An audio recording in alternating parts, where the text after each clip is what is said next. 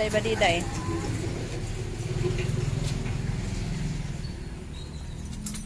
Mama, good morning ka una. Good morning, Philippines. Walang kabuhay-buhay. Uy, mag-good morning ka una. Mag-good morning ka una. Good morning. Oh, good morning ka una.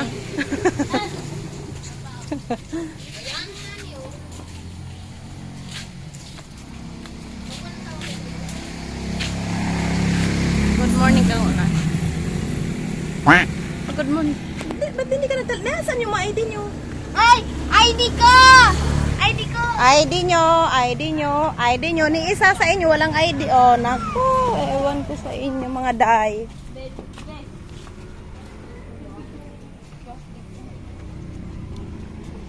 ID nyo. O, yung ID ni Kiana saan? Andun na sa kanya. O, Ako, ano yun? Nandun sa box. yung print sa'yo. Nakalagay na dyan. Yung lunch yung inisip ko. Ay, naku. Mawawalan ka pa ng... Ay, may tubig ka na, oy. Na, hindi ka maglalunch, na. Sino ang wala? Baka may wala na naman ng tubig. Hoy, baka may walang tubig sa inyo. Yan na sila. Bye!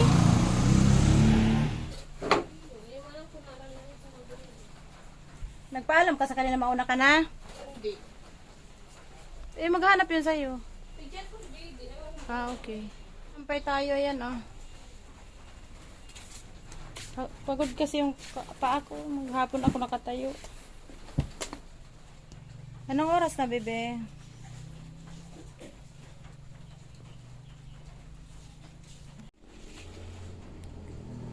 So, ayun. Anong oras na? Magwa 4 PM na, ano? Magwa 4 PM na. Kakauwi ko lang dito sa bahay. Ay, pauwi-uwi naman ako, kaso kukuha lang ng inumin or kumuha ng pagkain. Ngayon, umuwi na ako para ano na ng mga gawaing bahay kasi konti na rin naman ang customer. At ayun, nakauwi na si Ate Jade. Yung tatlo, si Ate Jade din, si Jaya at si Jacel. Wala pa. Nauna si ate kasi marami pa daw siyang gagawin, mga school activities. Marami na naman kayong project, be?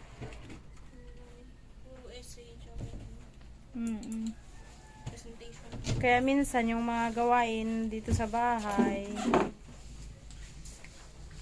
may mga time na hindi ko sila inuobliga kasi marami talaga silang ginagawa sa mga school activities. Mga okay naman sila, mga sipag naman sila mag-aral kaya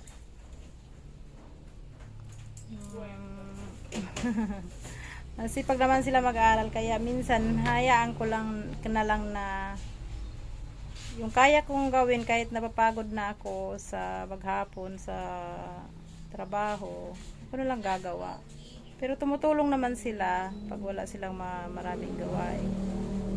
At tinuturuan ko talaga sila ng mga gawaing bahay. Hindi pwedeng hindi sila matuto ng mga gawaing bahay. Ate, pakisampay mo na yun, baby, bago ka gumawa. Tsaka yun, pagod na pagod kasi yung paa ko. Na ano yata ng, di ba, lagi ako nakatayo doon. Tapos pag uwi ko dito, minsan nakapaa ako dyan, nababasa yung paa ko. Tapos naglalaba ako, nababasa yung paa ko. Parang, grabe ang pagod ng ano ko. Ng mga kalamnan ko.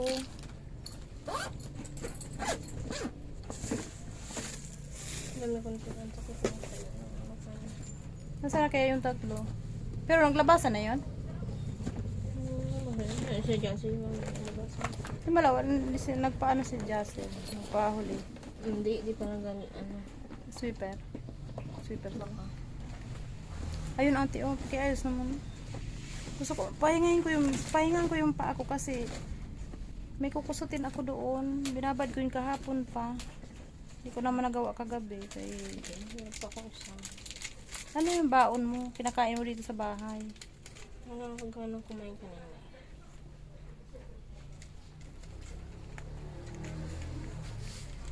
Binapabaon ko kasi sila lagi ng Hindi hala. Sila ate Jade. Si Jade din yun. Pinapabaon ko sila ng makakain. Kahit may pera silang dala. Kasi minsan tinatamad sila magmunta ng kantin. Narinig ko si Jaden. Nandun na. Jaden ba yun? Hindi, iniwan ko. Akala ko si Jaden yung naririnig ko. Ikaw pala. Tagal ko kasi naninis pa kami. Magalibot yung principal. Bagong principal.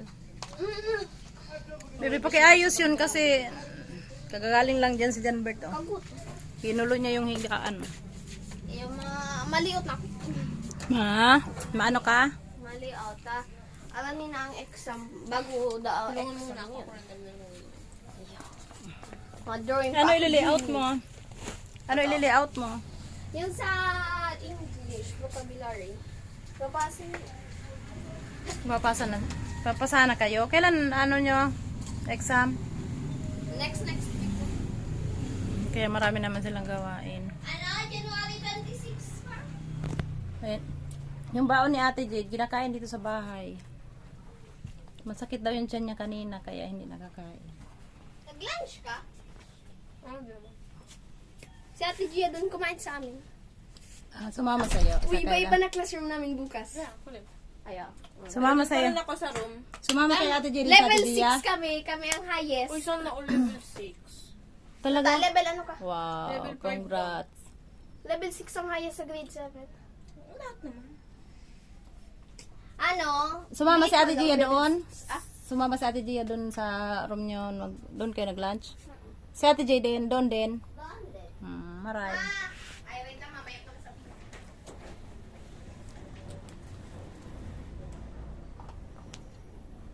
Ano daw yung sasabihin niya? Buti nga sa ano, ay buti pa, hindi pa pa-perform si Sir ng samba. Kaya Alin? sa Lincoln, doon naman ako nabasa. Ano ba yan? Ang dami-dami yung mga presentation. Kapag wala silang pasok, nandun din sila sa kung saang bahay ng kaklase para gumawa ng Nasira ba unan? Bakit? Yung tubigan. Kasi nandun bagay yung baonan ko nila. Yun, Nabasag na naman yung baonan mo. Kaya nga, nagulat ako na ako nag-jokes da. Nabasag yung baonan ko. Wala doon tuloy ako nainom na Ba't yan? Kamot ka ng kamot. Hindi ko alam. Allergy attack na naman. Yung kape. Bago na violet doon sa agad ako na lang kayo papasa. Kanino yung tali na dala mo? Hindi na sa'yo. Pinahiram ako ni Mama Jaylin. Kanina kasi ang gulo-gulo. Sino? Mama Jaylin. Tawag ko sa kanya mama. May nanay ka ng iba? Pinaka-oldest sa classroom namin. 18 siya. Ba't hindi ka nagdala ng tali, ng buho? Naiwan ko. Ngayon, kanina na hindi ako nag-remind, saka ka pala talaga nakalimot. Kanina kasi yung mama dali na nagtatagal. Sige na. Bibi, muna kayo kunti dyan ng magawaing bahay bago kayo gagawa ng mga homework nyo. Kasi, napapagod ako, bibi. Ang sakit ng ko, kalamnan ng paa ko. Yeah. O yan, may sasampay. O, tabay ko. Gusto ko magpahinga kasi may ikukusot ako. Ang dami kong kukusot. Sa doong biskwit. Ba't hindi ka kumakain? May pagkain ka naman. Busy ako kanina ng recess. Anong ginawa mo? Yung mga, kamabasa baga. Mabasa na. Sorry? Pwede man nga niya ako dito nababasa. Dati ko na. Sino mo yung mga baon nila? Dito kinakain sa bahay. Nagbaon pa kayo. Iiwanan nyo na lang yan dito sa bahay. Para pagdating nyo saka kayo kakain. Pangon.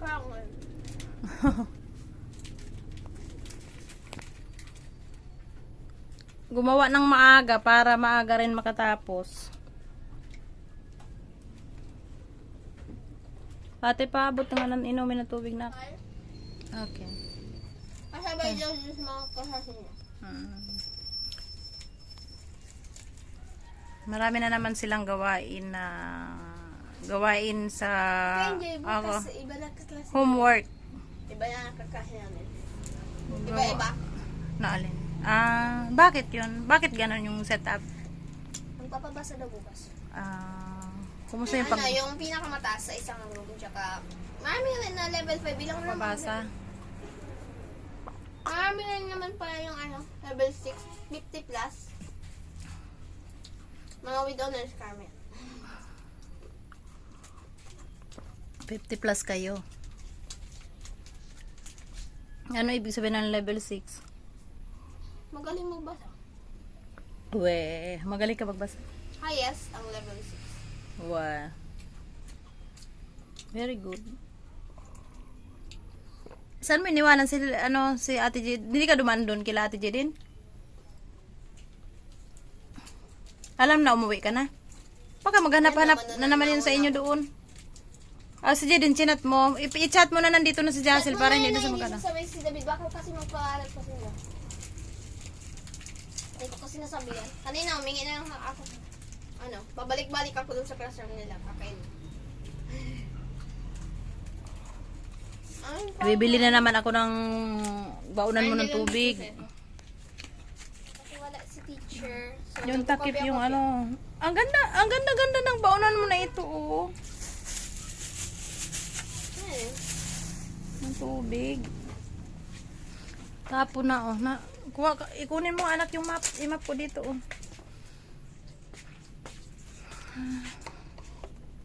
Magpahinga ako ng paa ko na kasi napagod talaga yung paa ko. Kasi magbukusot ako ng labahin. Kusot ako ng labahin mamaya.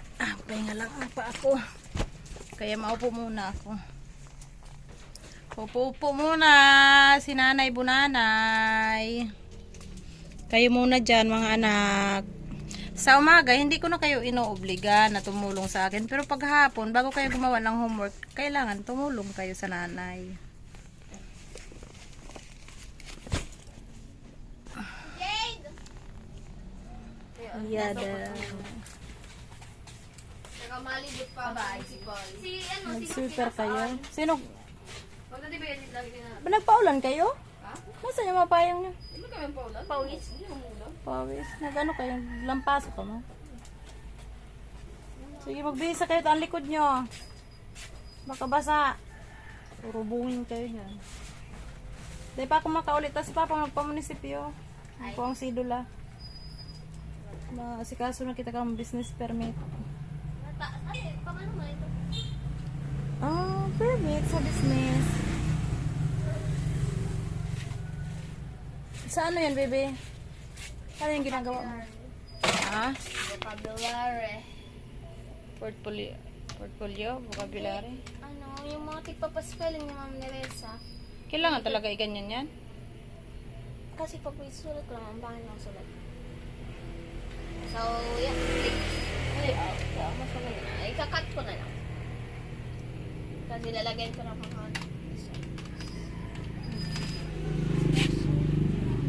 ay.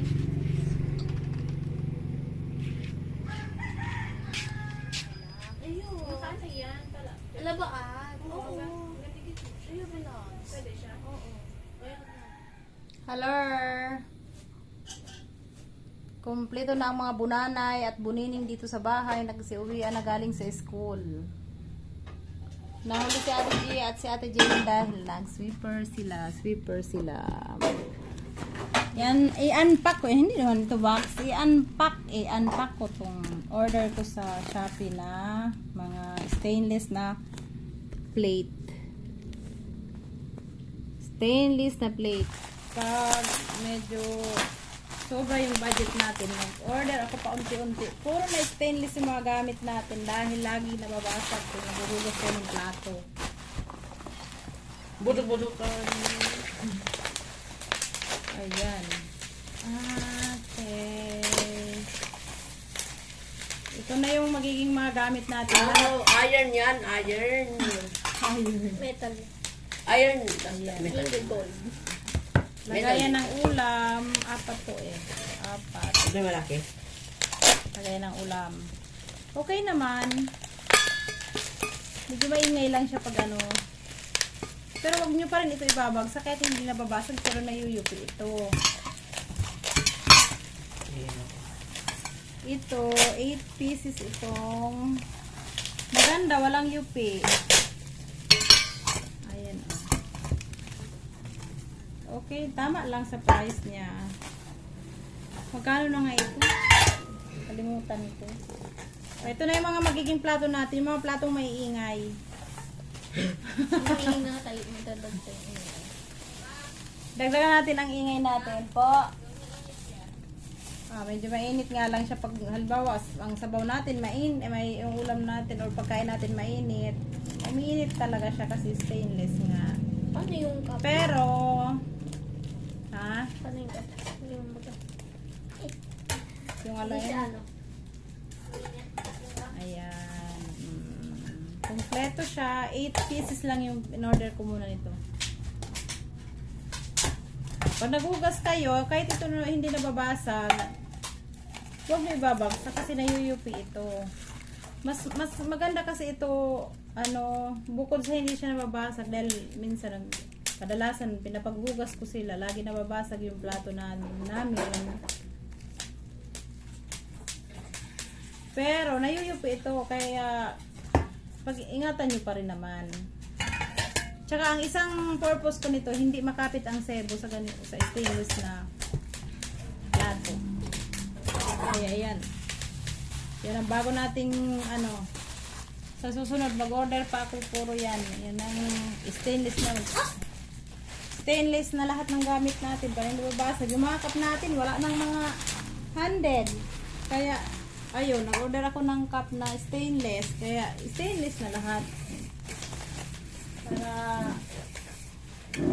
Para pang matagalang gamit na yung stainless. Ayan. Okay naman yung order natin. Yan na yung magagamit na natin ito mamaya. Ay, paano ba ito tanggalin na hindi mag-iwan ng ano? Yan naman na may natutubig kasi. Hindi. Black sa brown. Naiiwan yung yung I-brush. po. I-brush. Naiiwan yung papel na dinikit Dapat sa Pag may... binasa siya, lalo siya nagiging makapit. Hindi yung papel, yung kuko muna ang nakantanggal.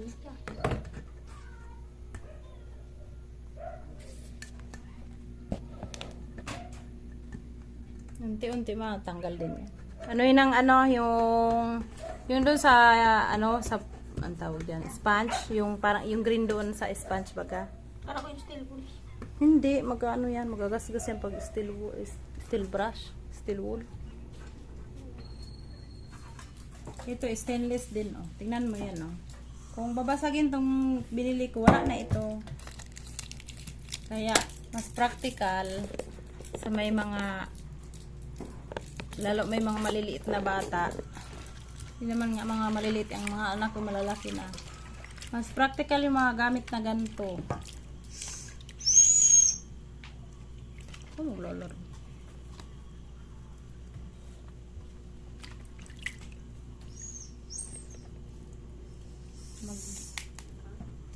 Prepare ako ng gulay. Gigisahin ko lang siya. Igigisa ko lang siya dahil ito ang gusto ng mga anak ko. Gisa lang. Ayaw nila ng may gata. Parang patani ito sa Tagalog. Hindi ko alam. Pero dito sa amin sa Bicol, purpagulong.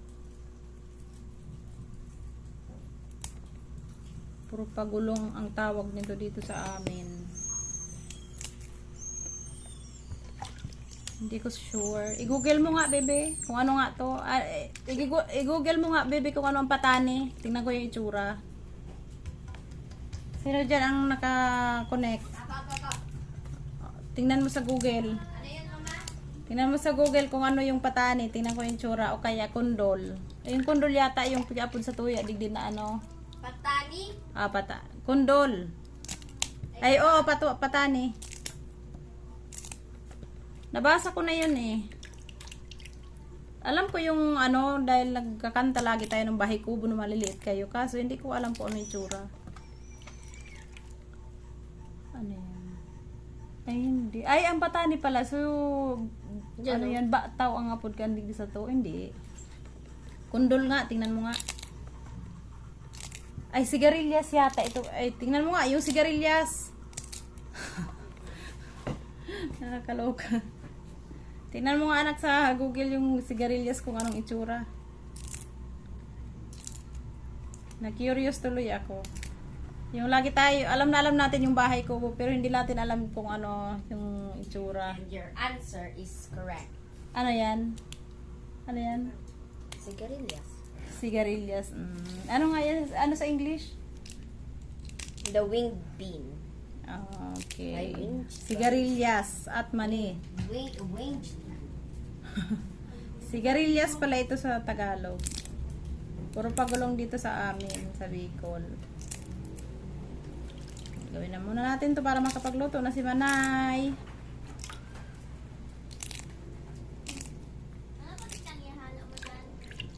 Chicken. Adobo natin. Gisa adobo. Adobo kasi may toyo eh.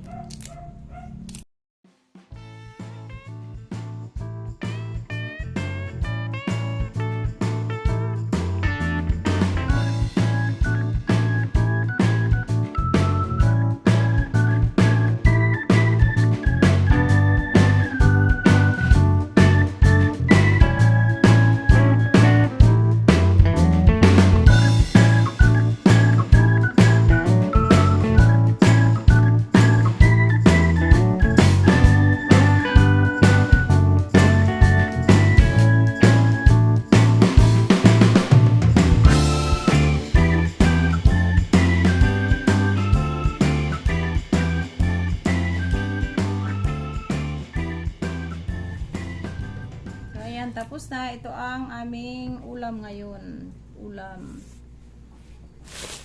Chicken ang sahog namin dito. Mag-chop muna ako nito.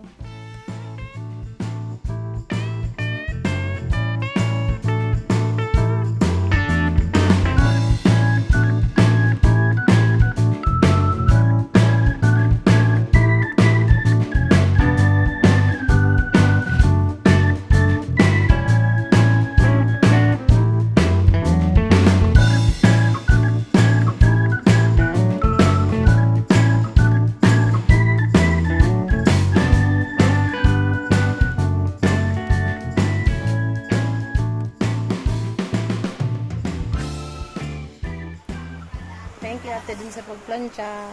Sa akin yung nagpunto ng ito. Pagplancha sa ate. Pagplancha na yan. Malaking bagay na yan, hindi ko na ginagawa. Kasi marunong na sila magplancha. There's not much to do when all I can